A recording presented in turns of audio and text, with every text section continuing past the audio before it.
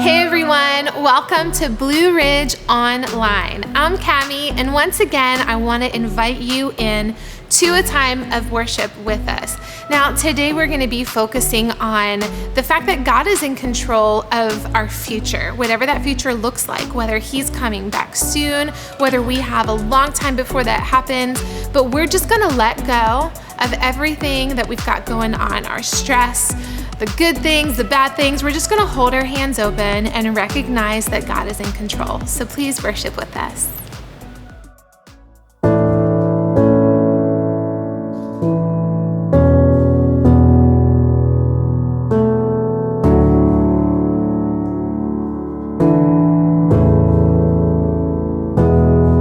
God, I look to you.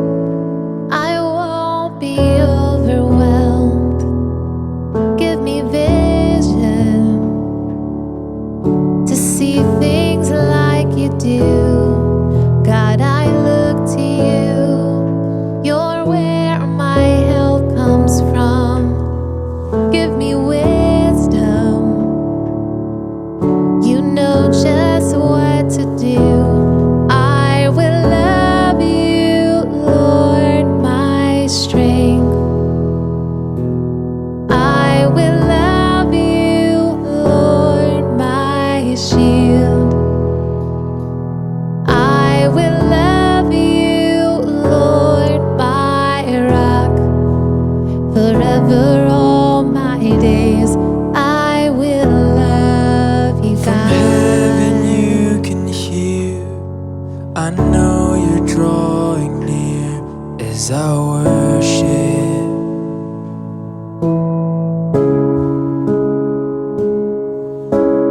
Held within your love, the wind and waves will come. I will stay here. I lift my hands to heaven, hear my heart surrendered. I tell my soul again, you are Lord of all. Though the seas are raging, you will speak and tame them. In you I find my rest, you are in control. God, I look to you. I won't be overwhelmed. Give me vision to see things like you do. God, I look to you. You're where my help comes from. Give me wisdom. You know just what to do. I will love you, Lord, my strength. I will love you, Lord, my shield. I will love you, Lord, my rock. Forever all my days, I will love you, God. Forever all my days, I will love you, We'll God. trust in only you. No one can add to your perfection. You're the beginning and the end, more than I can comprehend. There is no one like you, no one. I will trust in only you. No one can add to your perfection. You're the beginning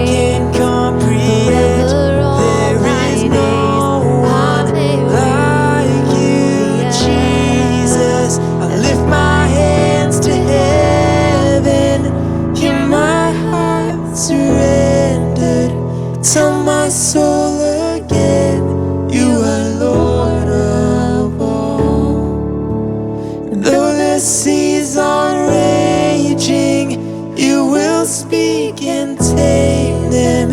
You I find my rest, you are in control. In you I find my rest, you are in control. You I find my rest, you are in control. God, I look to you. You're where my help comes from. Give me wisdom. You know just what to do.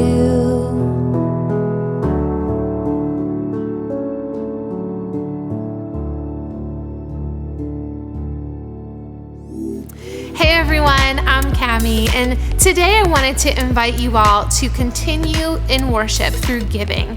And there are so many ways that you guys can give toward our ministry here at Blue Ridge, and they're all listed online at blueridge.org/give.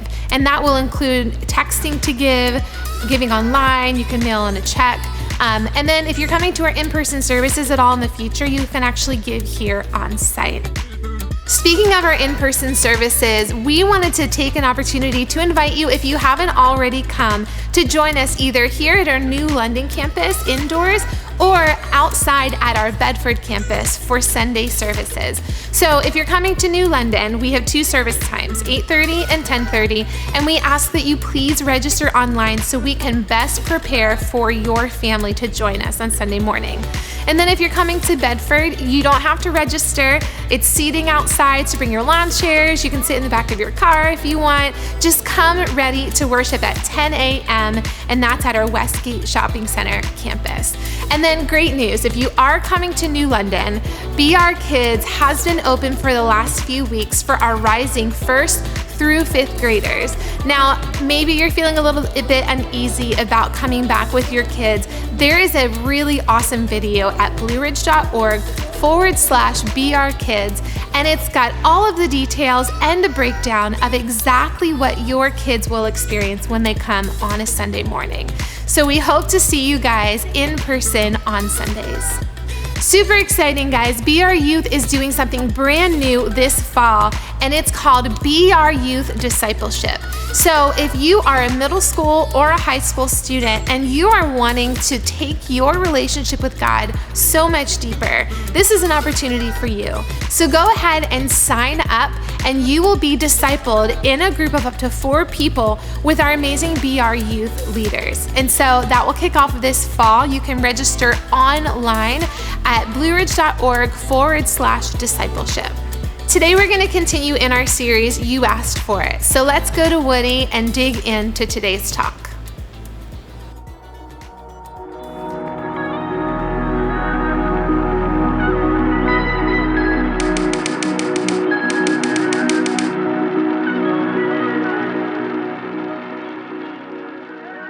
We're in a series right now called You Asked For It, You Got It.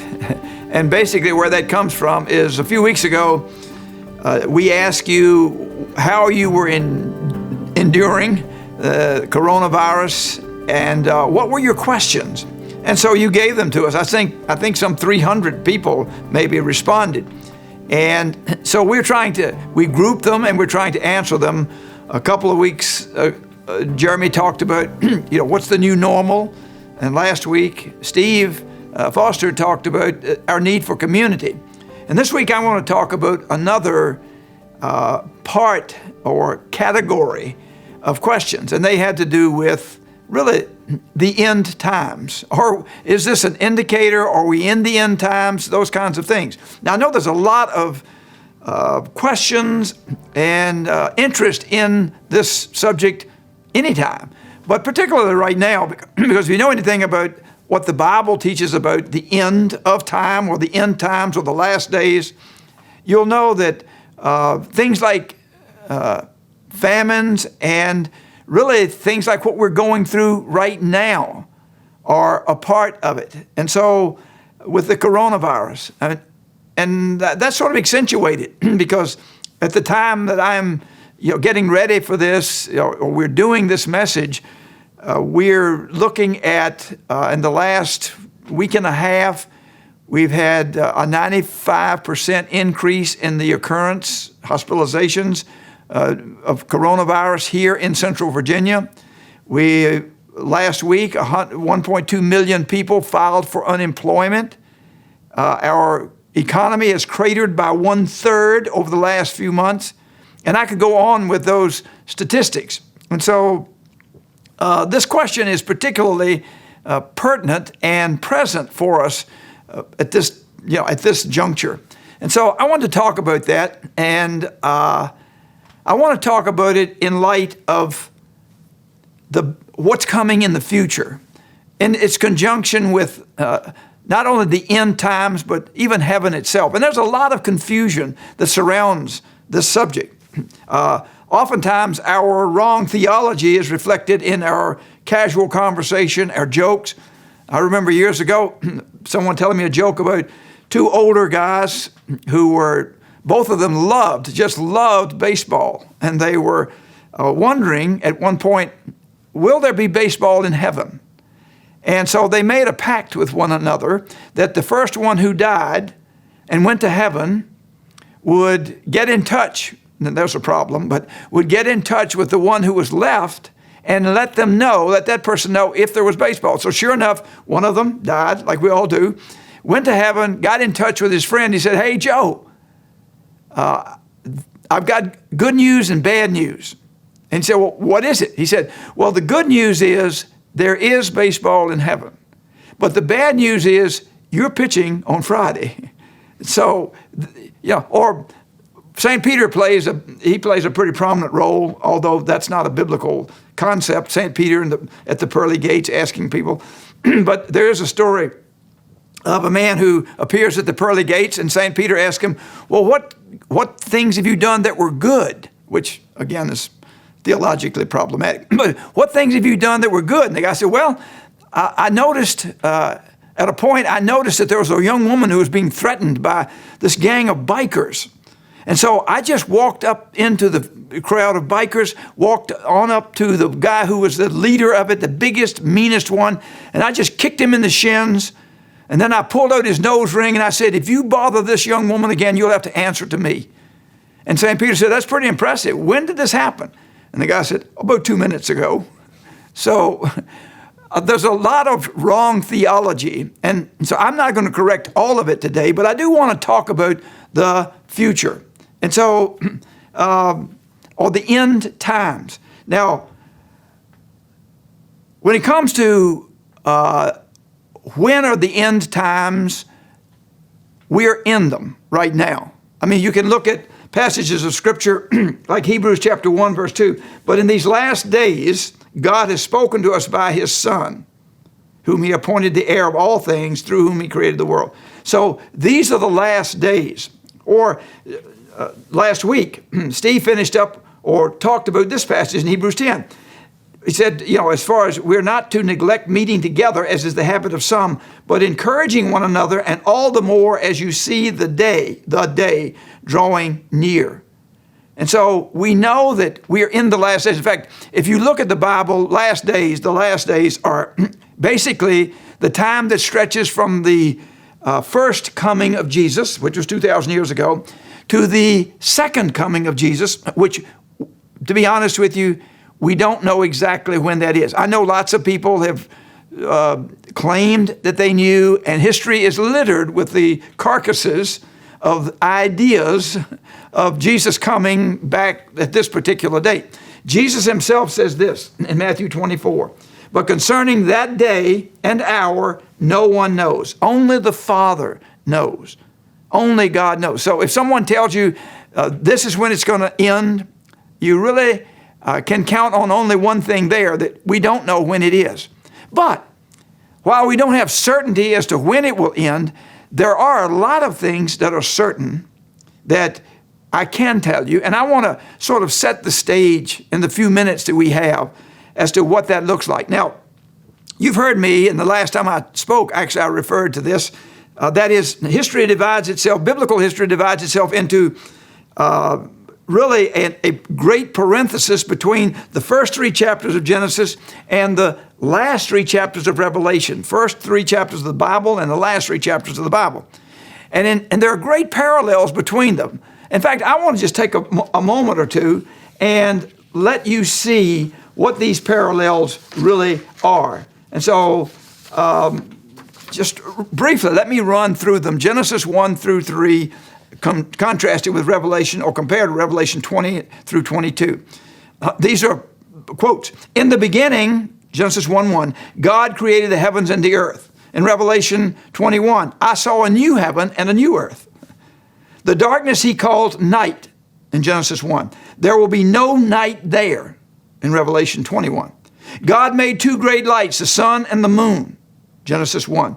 The city has no need of the sun nor the moon in Revelation 21. In the day you eat of it, you will surely die in Genesis 2. And there will be no more death, neither sorrow.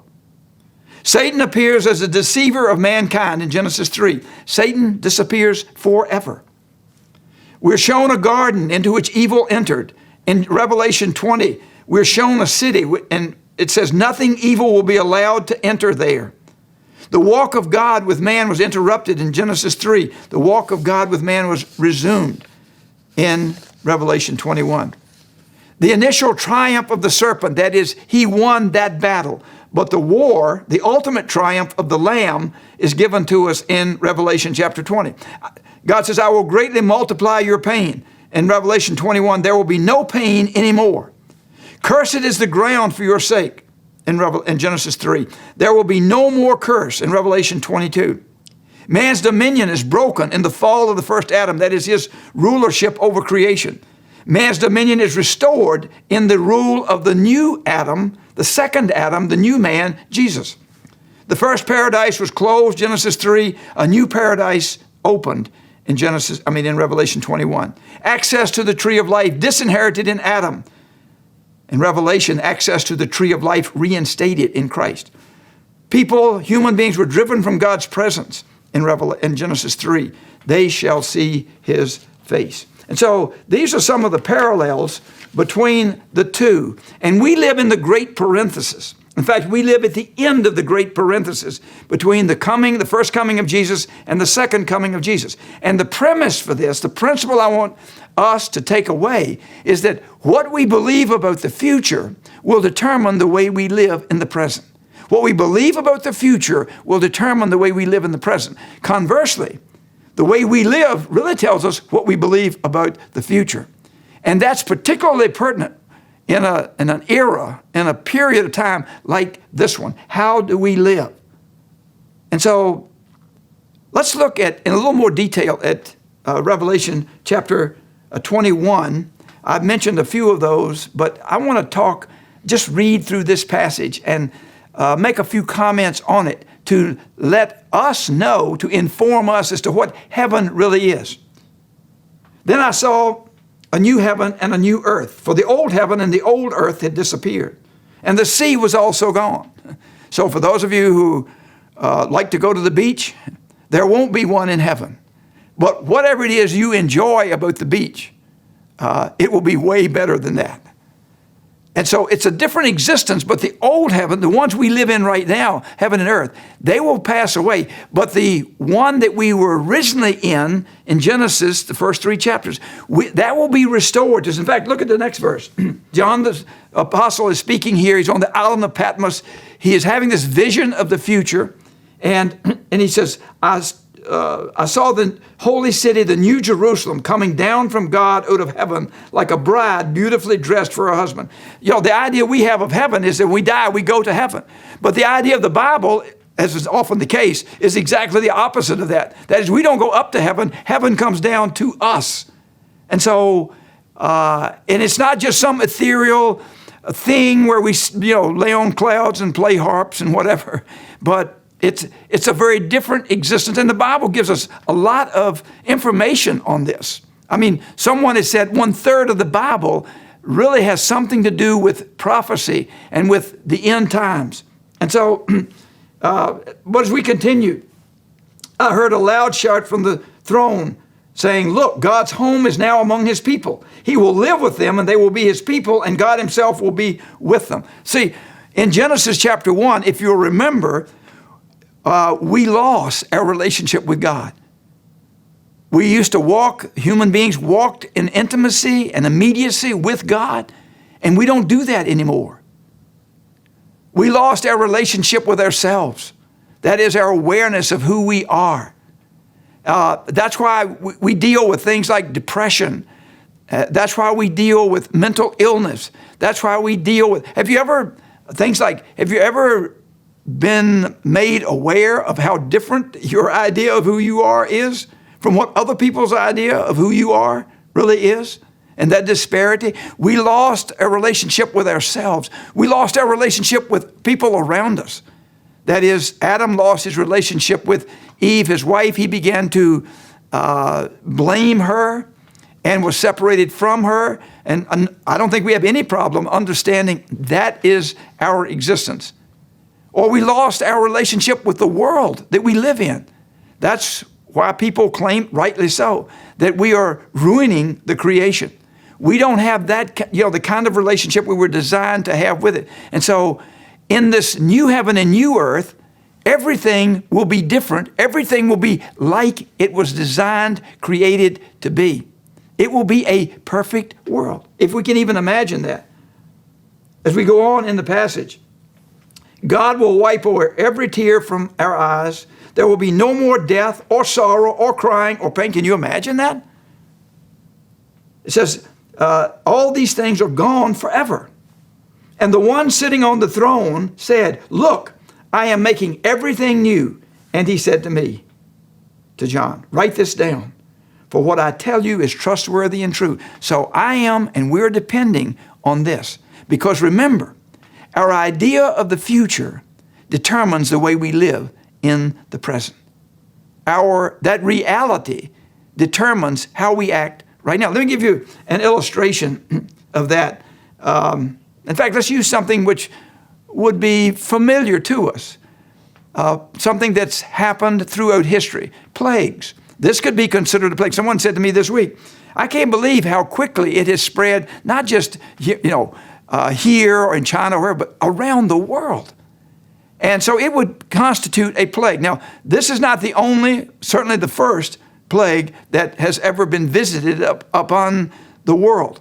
Let me talk to you about one early plague, which was right around the time that we're talking about this book being written, the Bible being written. It's called it's called Galen's plague. It happened around 160 AD. And it's called Galen's because he was a physician and he described it in detail for us. He escaped dying in it because he, like wealthy people can often do, he moved out to the countryside and isolated himself. Because you see, people even then knew that this was spread by contact with other people. It's not like they couldn't observe it and see it. Now, what happened was, this is in Rome, what happened was that over the course of this plague, 5,000 people a day were dying in the city of Rome. Now, the problem here, let me put that in context. If eventually up to one third of Rome died in this plague. Now, if we were to put that in our context, there's 330 million people in this country. And so if that were true, if we had that kind of plague, then we wouldn't be looking at 160,000 people dying. We would be looking at 110 million people dying. In other words, wherever you're sitting right now, look to your right, look to your left, one of those people will die in the plague. And so this was a really serious thing threatening for the people who were in it. And as I said, they knew that the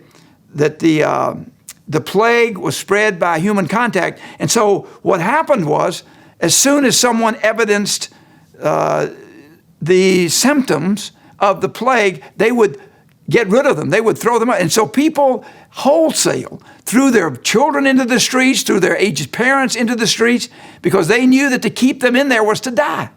And so there were thousands and thousands of people who were dying and would have died on the streets if it were not for the Christians.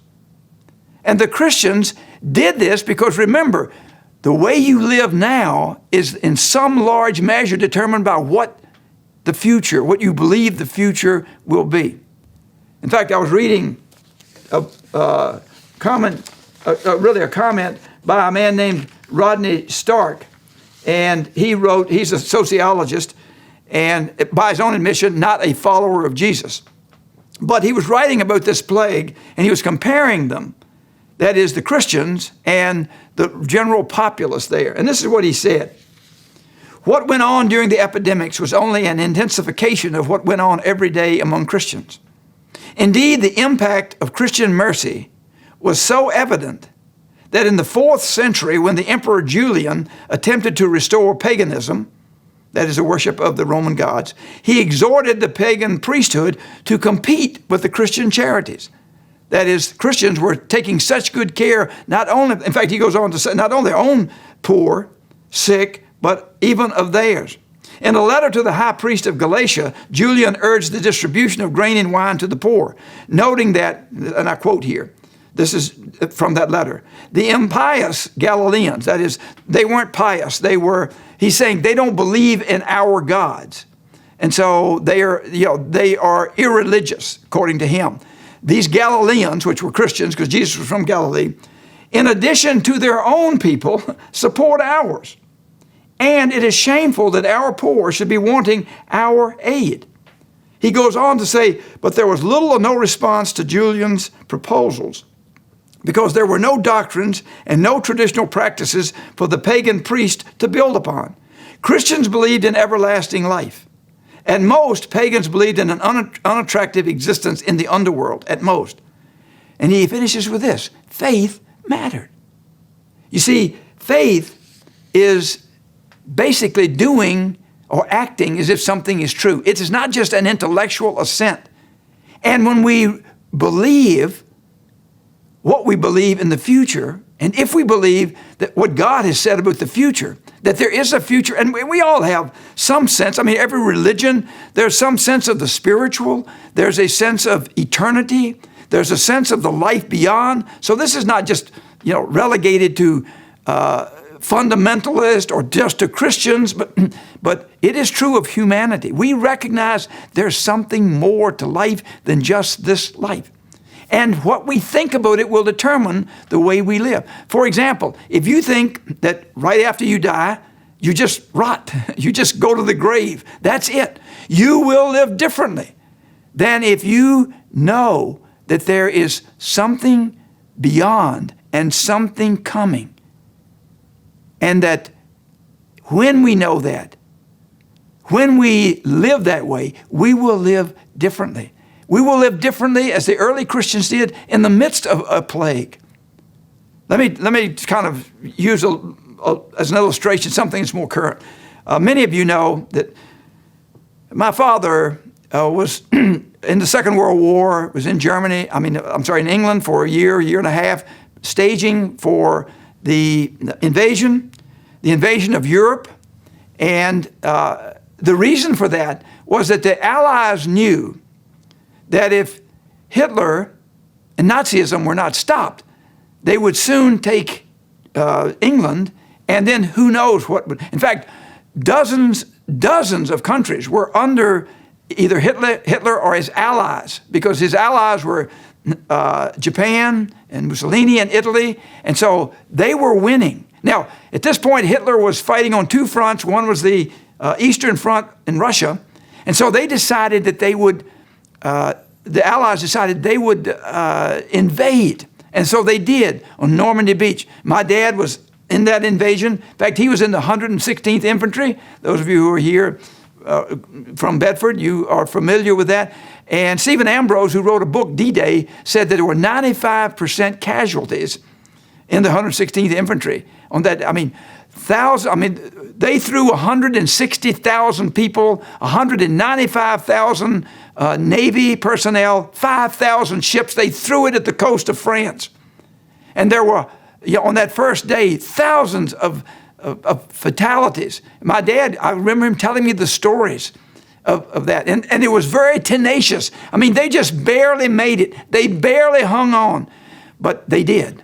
And historians will tell you this, is that when they established that beachhead at Normandy, the war, for all intents and purposes, was won. Now, that didn't mean the battles were over. In fact, over the next year to 2 years, my dad, who fought the Battle of the Bulge and all of those, fought all the way through Europe, all the way to E-Day in Berlin and Germany. There were yet hundreds of thousands, several 100,000 people who died. There were people here who gave up their normal lives to make ammunition and airplanes and tanks and stuff like that. Now, what's the point of this story? Well, the point of this story is that captures human history. Because you see, for Christianity, D-Day was the cross. And the cross established the beachhead. And at that juncture in history, the battle was already determined. The outcome was determined. But that didn't mean the fighting was over, that the sacrifice was over. And the same thing applies to us. What would have happened if these American soldiers had stopped in the French countryside and just said, I think I'll take off my gear and lay down my rifle, enjoy wine, women, and song? What would have happened? And it's a picture for us, an instructive picture for us, is that we live in that in-between when the victory has been declared, but the battles have not all been fought nor won. And that God has called us to be a part of His kingdom, even a part of His army. He wants to lead us in triumphal procession, as 2 Corinthians says. But it does not mean that it's automatic. And so that's what He's called us to do. That's the opportunity we have. Because you see, there's a whole race of people called the human race who are still in captivity, who are still in bondage, who are still suffering, and that we have the opportunity to go to them with a message. Let me just finish with one last illustration from that same time period. My dad had his best friend was a man named Toad. Yes, T-O-A-D. And that was a nickname. Because he was short, he was an excellent boxer, and they were inseparable. Now, during one of the battles in France, they got separated in the heat of the battle. And my dad missed Toad, his friend. And so he began to look for Toad. Now, what had happened was that Toad had gone into an ancient fortress, an underground fort there in France. And in the darkness, he was shot seriously through the side, through the intestines, and maybe by a friendly fire. We have no idea. But as he lay there dying, my dad was looking for him. And so as he asked people that knew him in the unit he was in and so on and so forth, and he went into that fort, he found Toad, he put him on his back, he brought him out to his Jeep, he went across the rutted, plowed fields to a field hospital and saved his life.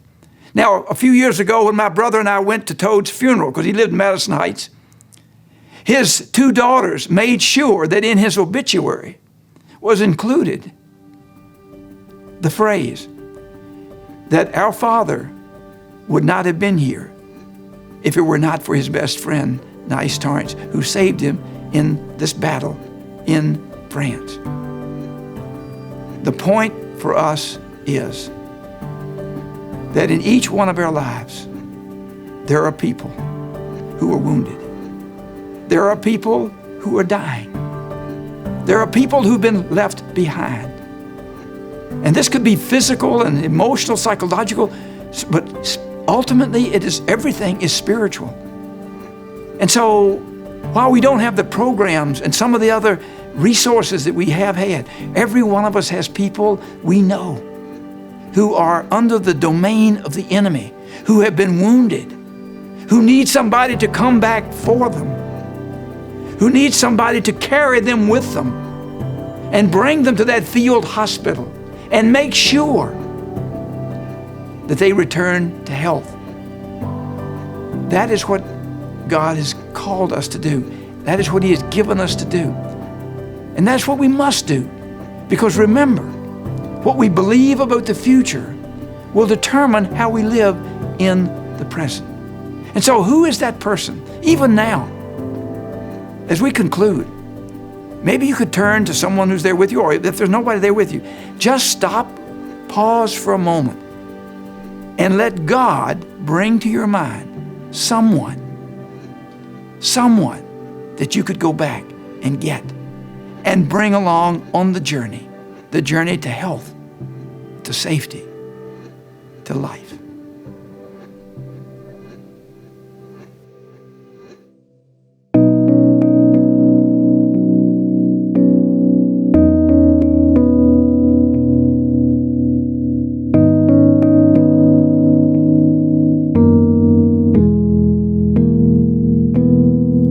On that day when I see all that you have for me, when I see you face to face, they're surrounded by your grace. All my fears swept away in the light of your embrace, where your love is all I need, and forever I am free, where the streets are made of gold, in your presence healed and whole. Let the songs of heaven rise to you alone. No weeping, no hurt or pain, no suffering. You hold me now, you hold me now. No darkness, no sick or lame, no hiding. You hold me now, you hold me now.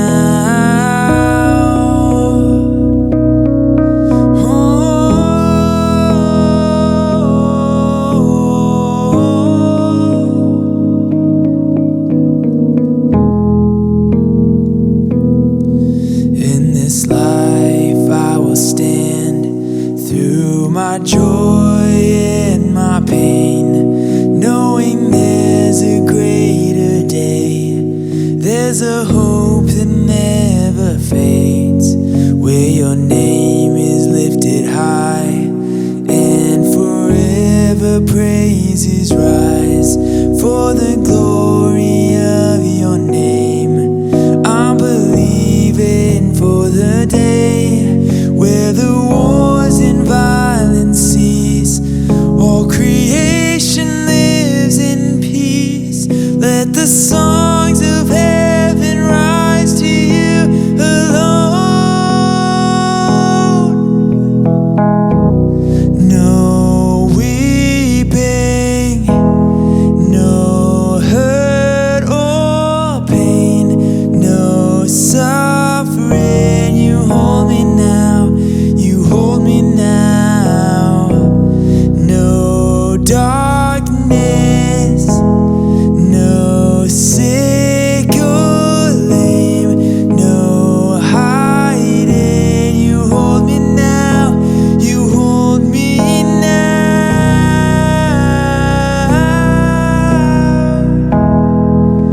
You hold me now.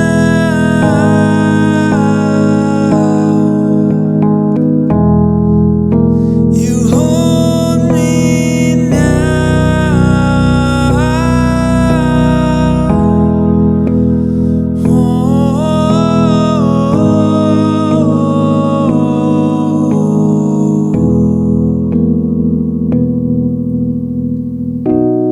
for eternity.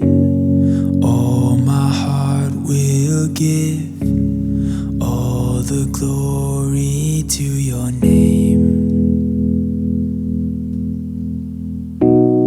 For eternity,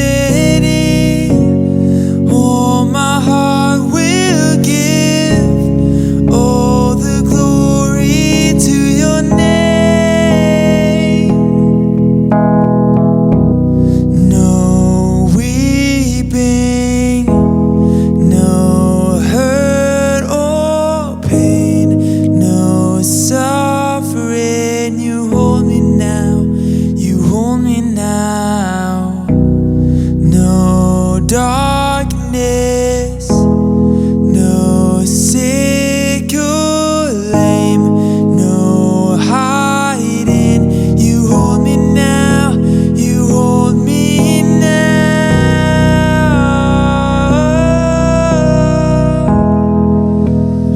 Oh Jesus, you're holding me now. You're holding me now. You are here. You are here. Oh,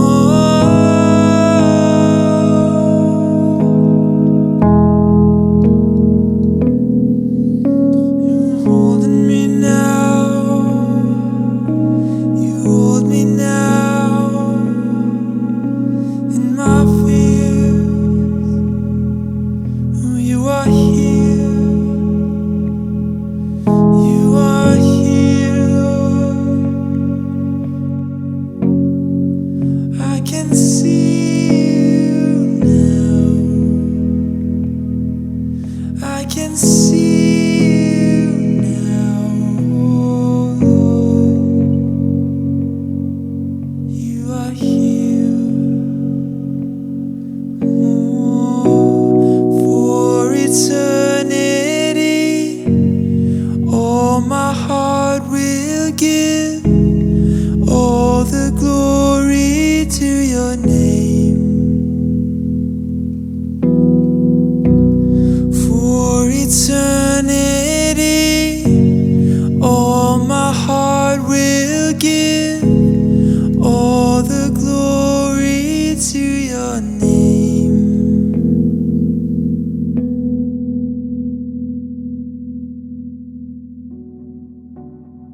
Hey guys, thank you so much for joining us today for Blue Ridge Online. We look so forward to worshiping and digging into the scripture with you next week.